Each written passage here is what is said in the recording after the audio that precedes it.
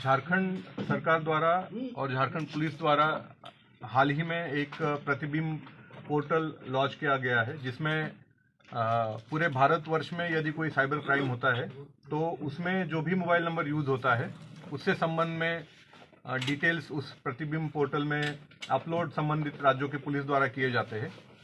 उसी कड़ी में 28 नवंबर 2023 को पंजाब पुलिस द्वारा करीब 1,63,000 रुपए के फाइनेंशियल फ्रॉड का डिटेल अपलोड किया था और उससे संबंधित जो मोबाइल नंबर लिंक था उस मोबाइल नंबर का लोकेशन हजारीबाग जिले में था। तो उस मोबाइल को ट्रैक करने के लिए और उससे संबंधित लोगों की गिरफ्तारी करने के लिए हम लोगों ने एक टीम का गठन किया था, जिसमें कोरा थाना प्रभारी और हमारे सदर इंस्पेक्टर ललित कुमार शामिल थे। इस टीम ने इस नंबर को ट्रैक करते हुए पहले 2 व्यक्तियों को गिरफ्तार किया। उनके पास से कई सारे आपत्तिजनक चीज़ें बरामद हुई, कई सारे मोबाइल और सिम कार्ड्स बरामद हुए हैं और उनकी जब हम लोगों ने कड़ाई से पूछताछ की है, उनके कड़ाई के पूछताछ के बाद इन्होंने बताया कि इनके और सहयोगी मंटू लॉज कोरा में रह रहे हैं। तो वहाँ जब छापेमारी की गई तो और 2 लोगों को हम लोगों ने वहाँ से गिरफ्तार किया। जब हम लोगों ने उनके रूम की सघन तलाशी ली, उनकी पर्सनल बॉडी तलाशी ली, उस दौरान कुल मिलाकर के हम लोगों को जो 10 मोबाइल से जो डुअल सिम मोबाइल से वो बरामद हुए हैं। उसके अलावा 36 विभिन्न कंपनियों के सिम कार्ड्स बरामद हुए हैं।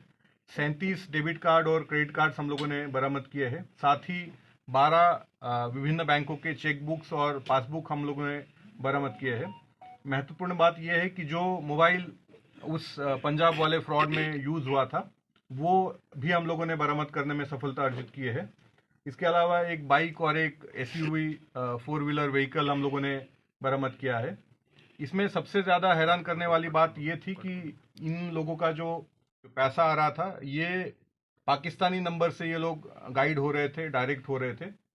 लगातार इनके अकाउंट में जो पैसा आ रहा था ये पाकिस्तानी हैंडलर्स द्वारा कंफर्मेशन उसका लिया जा रहा था और आगे इस पैसे को कहाँ भेजना है, कैसे भेजना है, उसके बारे में उस नंबर द्वारा इनको गाइड किया जा रहा था।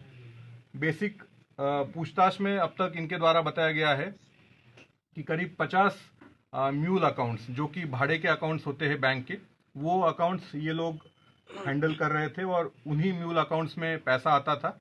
वो उस पैसे को इनके द्वारा एटीएम से कैश में निकाला जाता था और बाद में उसी पैसा को कुछ कमीशन रखते हुए बाकी पैसों को सीडीएम के माध्यम से देश के विभिन्न बैंकों में डिपॉजिट किया जाता था। तो ये हम लोग को लग रहा है कहीं ना कहीं एक बड़ी साजिश है। इसका इंटरनेशनल कनेक्शन है, इंटरस्टेट रैमिफिकेशन से। तो हम लोग इसमें काफ़ी गंभीरता से जांच कर रहे हैं और मुझे लगता है कि जब हमारी जांच पूरी हो जाएगी तो कहीं ना कहीं एक बड़ा मॉड्यूल सामने आने की हम लोग को लगता है कि एक अपेक्षा हम लोग रख रहे हैं अभी। और ये जो प्रतिबिंब पोर्टल से शुरू हुई ये कहानी है, मुझे लगता है एक बड़ा मॉड्यूल ओपन करके रहेगी और झारखंड पुलिस की मैं समझता हूँ एक बड़ी उपलब्धि है, क्योंकि ये अगर पोर्टल झारखंड पुलिस द्वारा लॉन्च नहीं किया जाता तो इस तरह के जो मॉड्यूल्स पूरे भारतवर्ष में एक्टिव है उनका उद्भेदन शायद नहीं हो पाता। और इससे पूर्व में भी हम लोगों ने प्रतिबिंब ऐप के माध्यम से करीब 50 विभिन्न लोगों को अब तक जेल भेजा जा चुका है और करीब 100 से अधिक सिम कार्ड्स हम लोगों ने बरामद किए हैं। तो एक बहुत अच्छा इनिशिएटिव झारखंड पुलिस द्वारा किया गया है और ये केवल पिछले 1 माह की उपलब्धि है। आप समझ सकते हैं कि आने वाले दिनों में अगर इसी तरह की कार्रवाई जारी रहेगी तो हम लोग निश्चित रूप से झारखंड को एक जो धब्बा लगा हुआ है साइबर क्राइम को लेकर के, इसको मिटाने में सफल और हम लोग मुझे लगता है कि कामयाब हों। किस तरह से बोला जा रहा है वो?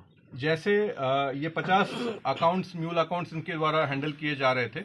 इसमें हर घंटे में लगातार पैसा आता था और हर ट्रांजैक्शन के बाद पाकिस्तानी नंबर से व्हाट्सएप कॉल आता था जिससे कि पैसा आने का कंफर्मेशन लिया जाता था और हर घंटे में फिर पैसा का एटीएम से निकासी करके सीडीएम के माध्यम से उस पैसा को देश के विभिन्न अकाउंट्स में डिपॉजिट किया जाता था। तो अभी फिलहाल ये पाकिस्तानी कनेक्शन यहाँ तक हम लोग को लग रहा है ये है, परंतु हम लोग ये मान के चल रहे हैं कि पाकिस्तानी कनेक्शन इससे भी अधिक व्यापक स्तर पे होगा और उसकी उसमें क्या इनका रोल है, क्या इनकी अहमियत है, वो हम लोग डिटेल्ड इन्वेस्टिगेशन के बाद ही आपको बता पाएंगे।